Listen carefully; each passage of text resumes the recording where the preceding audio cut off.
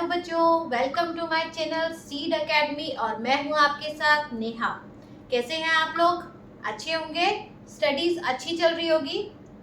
आज का सेशन मेरा मैथ्स का रहेगा। यहाँ पर एक बच्चा है गौरव। उन्होंने डिमांड किया है बेटा आपने कमेंट बॉक्स में लाइंस एंड एंगल्स का। लेकिन मुझे आपका स्टैंडर्ड नहीं पता है कि आप किस स्टैंडर्ड में हैं। और लाइंस एंड एंगल्स ज्योमेट्री का एक बहुत इंपॉर्टेंट चैप्टर है जो आई थिंक 4th 5th से ही स्टार्ट हो जाता है और 7th 8th तक हम लोग देखते हैं कि कंसिस्टेंटली एज अ चैप्टर बन के ये हमारे साथ चलता है। तो आज हम लोग बहुत ही इनिशियल से स्टार्ट करेंगे। मेरे सारे टॉपिक बहुत ही इनिशियल स्टेज से स्टार्ट होते हैं जहां पर आपको कुछ भी नहीं आता तो आप सबसे पहले इसकी इनिशियल वीडियो जो होती है उस चैप्टर की वो जरूर देखिए, तो उससे आपको आइडिया लगेगा और आपको पूरा चैप्टर समझ में आने लगेगा। तो आज हमारा जो पहला टॉपिक रहेगा वो है आपका एंगल्स एंड लाइंस हमारा चैप्टर है। और बिल्कुल स्टार्ट करते हैं। जिस भी बच्चे ने मुझे सब्सक्राइब नहीं किया है प्लीज मुझे सब्सक्राइब कीजिए, क्योंकि नहीं तो आपको आपकी लेटेस्ट वीडियोस नहीं मिलेगी। तो चलिए स्टार्ट करते हैं। तो लाइंस एंड एंगल्स की बात करते हैं। सबसे पहले जो एंगल्स होते हैं वो आपको पता है कि जब हमें कोई भी एंगल बनाना होता है तो हमें लाइन चाहिए होती है। जब तक दो लाइन नहीं मिलती है तब तक कोई भी एंगल नहीं बन सकता है। तो इसलिए पहले एंगल से पहले हमें किसके बारे में पता होना चाहिए? लाइंस के बारे में पता होना चाहिए। तो पहला हम लोग बताते हैं कि लाइंस होती क्या है। ठीक है, तो स्टार्ट करते हैं। सबसे पहला होता है कि लाइन। अगर बेटा एक लाइन की बात करते हैं तो एक simple this is called a line. ये एक लाइन है, ठीक है। ना ही इसका मुझे इनिशियल पॉइंट पता है ना ही एंड पॉइंट पता है, लेकिन इस लाइन को बहुत तरीके से अलग अलग मैथमेटिक्स की टर्म्स में बताया गया है। फॉर एग्जाम्पल, अगर मैं मानती हूँ कि एक डॉट मेरा यहाँ लगा हुआ है जिसे बोलते हैं पॉइंट, और एक पॉइंट यहाँ है, ये सीधी लाइन है, स्ट्रेट ही मानिएगा, ठीक है। और ये एक स्ट्रेट लाइन है, यहाँ पर ए है और ये आपका बी है, और मैं बोलती हूँ कि ये 5 सेंटीमीटर की एक मैंने लाइन बनाई है। तो ए और बी की जो लेंथ है लाइन की वो क्या है? 5 सेंटीमीटर है। तो बेटा जो ए बी है यहाँ पर ए बी को लाइन नहीं कहा जाएगा, क्योंकि इसको एक लाइन सेगमेंट कहा जाएगा, क्योंकि यहाँ पर हमें ए और बी हमारे फिक्स्ड है, हमें दोनों पता है, और जो उसकी वैल्यू है ए पॉइंट से लेके बी पॉइंट की भी वैल्यू हमें पता है, तो इसलिए उसको लाइन सेगमेंट कहा जाता है। अब आप कंफ्यूज नहीं होंगे कि लाइन सेगमेंट और लाइन में क्या डिफरेंस होता है। यहाँ पर बच्चों को क्लियर है? फिर से सुनेंगे। लाइन सेगमेंट होता है जहां पर हमें इनिशियल और एंड पॉइंट पता होते हैं, और जो उनका डिस्टेंस होता है वो भी कई बार बताया होता है, नहीं तो नहीं बताया होता है, लेकिन स्टार्टिंग पॉइंट और एंड पॉइंट आपके फिक्स्ड है, जैसे ए और B, that is called a line segment. Okay, line segment के बाद आप दूसरी चीज पढ़ते हैं रे। बहुत बार आपने देखा होगा बुक में लिखा जाता है रे। ओके, रे से पहले मैं आपको एक बात बोलना चाहूंगी कि जैसे ये लाइन सेगमेंट है, लाइन सेगमेंट को जब आपको लिखना होता है मैथमेटिक टर्म्स में तो हम इसको लिखते हैं ए बी, ठीक है। और इसके ऊपर एक बार टाइप की लाइन बनाई जाती है जो डिनोट करती है लाइन सेगमेंट को, कि ये एक लाइन सेगमेंट है। क्लियर है आपको? ओके, तो यहाँ पर एक पॉइंट मैंने आपको लाइन सेगमेंट के बारे में बताया। दूसरा बात करते हैं हम लोग रे की। रे आपको बोलती है बेटा कि ये एरो, जो आपका एरो डिनोट करता है, ये आपको रे के बारे में बताता है। अगर मैं मानती हूँ कि मैंने यहाँ से एक पॉइंट है ए से स्टार्ट किया, क्या बॉल को फेंकना स्टार्ट किया मैंने एक पॉइंट से, तो मुझे अपना पॉइंट इनिशियल पता है कि मैंने यहाँ से शुरू किया है, लेकिन वो बॉल कहाँ तक जाने वाली है या कहाँ तक गई वो मुझे नहीं पता है। तो ये डिनोट कर रहा है कि इस डायरेक्शन में वो चीज गई है, लेकिन कितनी दूरी पे गई है या क्या उसका डिस्टेंस है या क्या उसका एंडिंग पॉइंट है वो मुझे नहीं पता है। तो इन दैट कंडीशन इसको बोलते हैं रे। क्या बोलते हैं इसको? रे बोलते हैं बेटा, इसको रे बोला जाता है। लेकिन ये जो है ये वन साइड रे है, ठीक है। आपको इसका दूसरा एक साइड पता है और एक नहीं पता है। तो इसको अगर मैं बी ले लेती हूँ तो इसको हम कैसे लिखते हैं? रे की कंडीशन में इसको लिखा जाता है ए बी, और इसके ऊपर एक बार बनाते हैं, और रे का आपको पता है कि कौन सी डायरेक्शन है? बी की डायरेक्शन में रे जा रही है, तो इसको ऐसे, मतलब आई थिंक इसको मैं ठीक से बना देती हूँ थोड़ा सा, ये बी है और ये रे है। ओके, तो ये आपको बताती है कि रे कौन सी डायरेक्शन में जा रही है, बी डायरेक्शन में जा रही है। क्लियर है? रे जिसकी डायरेक्शन और जिसकी लेंथ हमको नहीं पता, जो सिर्फ एक डायरेक्शन दिखाती है, एक एरो दिखाती है। ओके, इसी का एक और चीज आती है जब आपकी रे दोनों डायरेक्शन में होती है। ठीक है, यहाँ पर क्या है, इसको मैं सी ले लेती हूँ, इसको मैं डी ले लेती हूँ। इन दैट कंडीशन दोनों तरफ की हमें डायरेक्शन नहीं पता है। अगर आप एक रास्ते के बीच में खड़े हैं और आपको एक हाईवे पे खड़े हैं और एक रास्ता आपको दिखाता है मुंबई की तरफ और एक तरफ दिखाता है दिल्ली की तरफ, लेकिन आपको नहीं पता कि वो कितनी दूरी पे आपका टच करने वाले हैं, तो आप जो कंडीशन होती है दैट इज, वो कंडीशन आपकी ये है जहाँ पे आपकी दोनों डायरेक्शंस आपकी जा रही है, लेकिन कहाँ जा रही है और कितना दूर जा रही है आपको नहीं पता है। तो इन दैट कंडीशन इसको भी रे ही कहा जाता है। और इसमें आप कैसे लिखते हैं, सी, ये आपका सी हो गया जो 2 पॉइंट है मेरे, और दोनों तरफ आपके ऐसे एरो लगाए जाते हैं कि जो सी पे भी रे है और डी पर भी रे है। क्लियर है? ऐसे ही अगर आपका देखेंगे कि बी की तरफ रे होती है तो आप बी की तरफ रे लगा सकते हैं कि ए और बी है। अगर आपका फिक्स पॉइंट आपको बी मिलता है कि फिक्स पॉइंट बी है और ए फिक्स पॉइंट नहीं है, तो आप इसको इस तरफ डायरेक्शन में लगाते हैं। तो अब आपको क्लियर हो गया है कि आपको आरो किस डायरेक्शन में लगाना है। जिस तरफ भी आपकी रे होगी उसी तरफ आपका एरो शो करेगा। क्लियर है बेटा? ये हमने आपका लाइन सेगमेंट और रे के बारे में पढ़ा है। ओके, इसके बाद हम आपके सेकेंड पॉइंट पे आते हैं कि इससे हम क्या बनाते हैं, अब एंगल्स बनाते हैं। क्योंकि अब हमने लाइन सेगमेंट और रे के बारे में तो पढ़ लिया, अब हम क्या बनाएंगे, लाइन सेगमेंट एंगल्स बनाएंगे। एक फॉर एग्जांपल देती हूँ कि कोई भी आपका होता है, तो यहाँ पर मैंने एक एंगल बनाया है, ठीक है, 2 लाइनें हैं, ये मेरी यहाँ पर ये मैंने क्या बना दी है, रे बना दी है, ठीक है।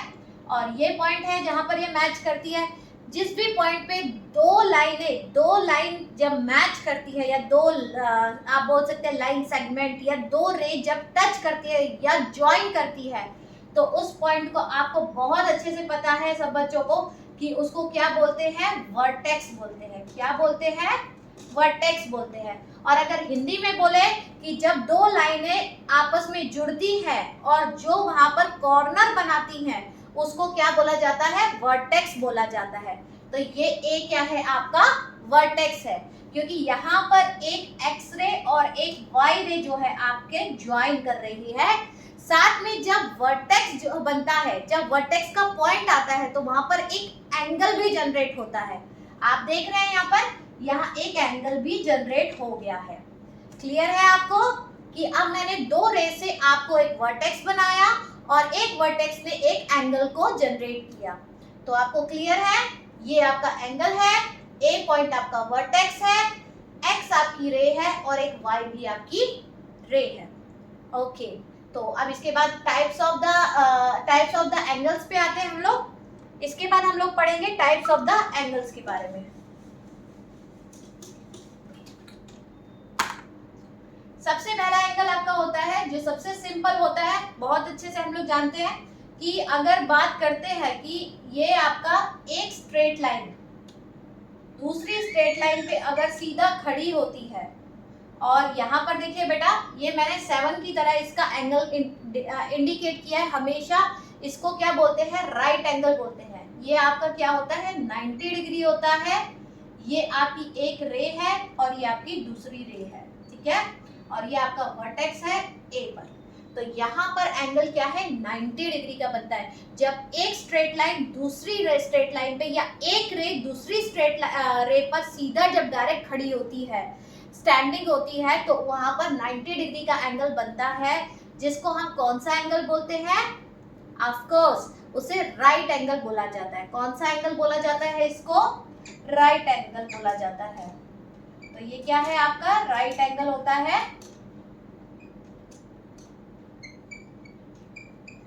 क्लियर है आपको बेटा? तो यहाँ पर एंगल ए क्या है आपका, 90 डिग्री है। क्या है आपका, 90 डिग्री है, ठीक है। उसके बाद हम बात करते हैं एक्यूट एंगल की। एक्यूट मींस क्यूट सा, ठीक है। तो क्यूट सा कैसे होते हैं, छोटे बच्चे क्यूट होते हैं, याद रहेगा एक्यूट क्या है? क्यूट, ठीक है। तो एक्यूट छोटे बच्चे क्यूट होते हैं, तो यहाँ पर सिंपल सा लॉजिक लगाइए कि यहाँ पर मैं एक आपको डिनोट कर रही हूँ कि यहाँ पर एक 90 डिग्री का है, तो जो भी एंगल, जितने भी एंगल 90 डिग्री से छोटे होते हैं, लेस देन 90 डिग्री होते हैं, उन सबको कौन सा एंगल बोलते हैं? Acute angle. वो चाहे 60 का हो सकता है, वो चाहे 30 का हो सकता है, वो चाहे 50 का हो सकता है, कोई भी एंगल हो सकता है। तो यहाँ पर मैंने आपको एक एंगल बना के दिया है, तो ये वाला x हो गया और ये वाला y हो गया, ठीक है। तो यहाँ पर आपका जो एंगल आ रहा है ये 90 दिखाया है मैंने आपको कि 90 से छोटा है, आप चाहे तो हटा भी सकते हैं। तो 30 है, लेस देन 90 है, छोटा है, तो क्यूट है, तो क्यूट से एक्यूट है, ठीक है। इसको क्या बोलेंगे? Acute angle. Which angle? Pen का इश्यूज बहुत हो रहे हैं। एक्यूट एंगल, ठीक है बेटा, this is called acute angle. Okay, this is angle, जो भी आपका एंगल है, ठीक है, must be less than 90 degree. Okay, कि 90 डिग्री से क्या होना चाहिए? छोटा होना चाहिए। इसमें सारे एंगल्स इंक्लूड होते हैं, इवन 89 भी आपका एक्यूट एंगल कहलाता है, और जैसे ही वो 90 पे आता है तो आपका राइट एंगल बन जाता है। ओके, तो इसके बाद आपका सेकंड पॉइंट हो गया हमारा, ये आपका एक्यूट एंगल आ गया। उसके बाद हम लोग थर्ड पॉइंट पढ़ेंगे। थर्ड एंगल कौन कौन सा होता है आपका? थर्ड की बात करते हैं कि जो थर्ड एंगल होता है,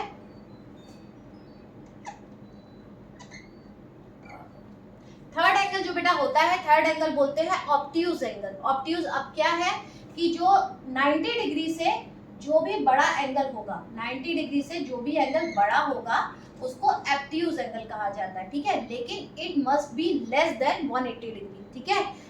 आपका 90 से बड़ा होना चाहिए और 180 से छोटा होना चाहिए, ठीक है।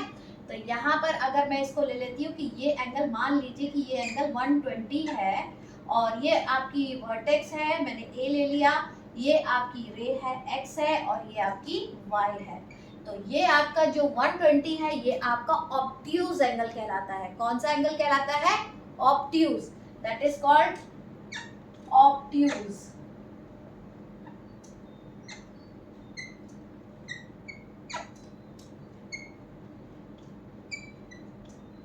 मेरे पास दूसरा पेन भी नहीं है राइट नाउ, ठीक है। ऑब्ट्यूज एंगल है। ऑब्ट्यूज क्या होता है कि आपका जो 180 होता है, 180 आपका ग्रेटर होता है, और जो ऑब्ट्यूज होता है यहाँ पर एंगल होता है, और ये आपका किससे बड़ा होता है? 90 से बड़ा होता है, ठीक है।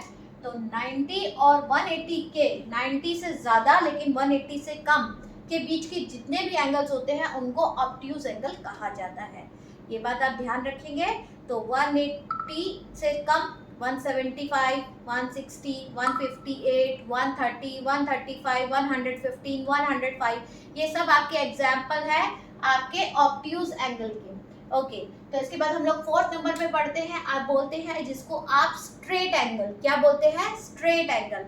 ऑलरेडी अपने नाम से ही बता रहा है कि जो स्ट्रेट लाइन एक सीधी बनती है उसको स्ट्रेट एंगल कहा जाता है। यहाँ पर अगर मैं एक लाइन सीधी बना देती हूँ तो ये आपकी क्या है? स्ट्रेट एंगल है, ठीक है। ये पूरा आपका क्या होता है? 180 का होता है। अगर आप डी में देखते हैं तो नीचे एक तरफ पूरी लाइन होती है, एक तरफ 0 होता है और एक तरफ 180 होता है।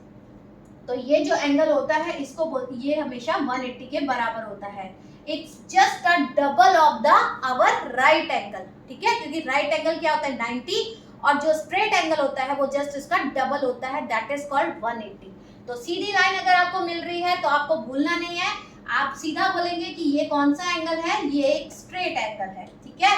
तो स्ट्रेट एंगल की बात करते हैं, ये आपका फोर्थ एंगल हो गया, that is called straight angle. लेकिन लाइन हमेशा क्या होनी चाहिए? सीधी होनी चाहिए। इस बात का आप ध्यान रखेंगे, जरा सा भी लाइन ऊपर नीचे या टेढ़ी मेढ़ी नहीं होनी चाहिए। तो ये आपकी क्या हो गया? 180 हो गया, ठीक है। 180 होगा तो वो क्या कहलाएगा? आपका स्ट्रेट एंगल कहलाएगा। Is it clear? ओके, तो ऑब्ट्यूज एंगल पढ़ा हमने, फिर स्ट्रेट एंगल पढ़ लिया। अब हम लोग उसके बाद एक पढ़ते हैं रिफ्लेक्स एंगल। कौन सा पढ़ेंगे? रिफ्लेक्स एंगल और कंप्लीट एंगल। इसके बाद आपका फिफ्थ नंबर पे आता है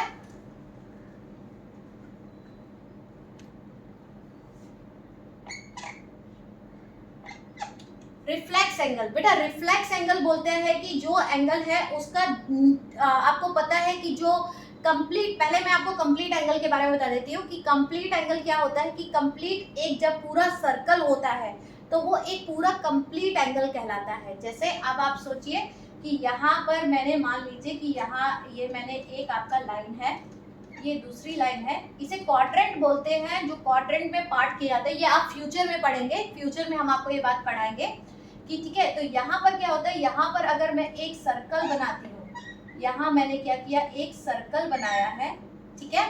तो यहाँ पर क्या होता है, ये पॉइंट है मेरा, ठीक है। जब आप एक सर्कल बनाते हैं कंपास से तो आप एक पॉइंट लेते हैं और उसके बाद उसको पूरा रोटेट करते हैं पेंसिल को और वहां पर पहुंचते हैं जहां से आपने स्टार्ट किया था। तो ये जो आपका होता है, ये आप यहाँ से स्टार्ट करके इसको पूरा कंप्लीट करते हैं। तो ये जो पूरा एंगल होता है ये 360 का होता है। ऑलवेज रिमेंबर कि जो सर्कल का जो पूरा एंगल होता है उसको 360 का एंगल कहते हैं, क्योंकि आपको ऑलरेडी पता है कि जब एक लाइन यहाँ पर मैं बनाती हूँ तो स्ट्रेट एंगल जो होता है हमारा ये 180 का है ऊपर की तरफ और नीचे का भी हमारा 180 का हो गया। तो 180 प्लस 180 कितना हो गया, 360। तो यहाँ पर हमारा एंगल कितना हो गया, 360 का हो गया। कितने का हो गया, यहाँ पर हमारा 360 का एंगल हो गया है। तो ये 360 का एंगल है और 360 का ये जो एंगल होता है इसको हम बोलते हैं कंप्लीट एंगल। क्या बोलते हैं इसको, कंप्लीट एंगल। क्या बोलेंगे इसको, कंप्लीट एंगल।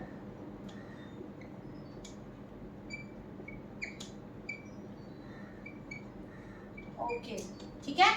और उसके बाद हमारा फिफ्थ के बाद सबसे लास्ट पॉइंट आता है, सबसे लास्ट हमारा जो सिक्स्थ आता है वो आता है रिफ्लेक्स एंगल। हम किसकी बात करेंगे अब, रिफ्लेक्स एंगल की।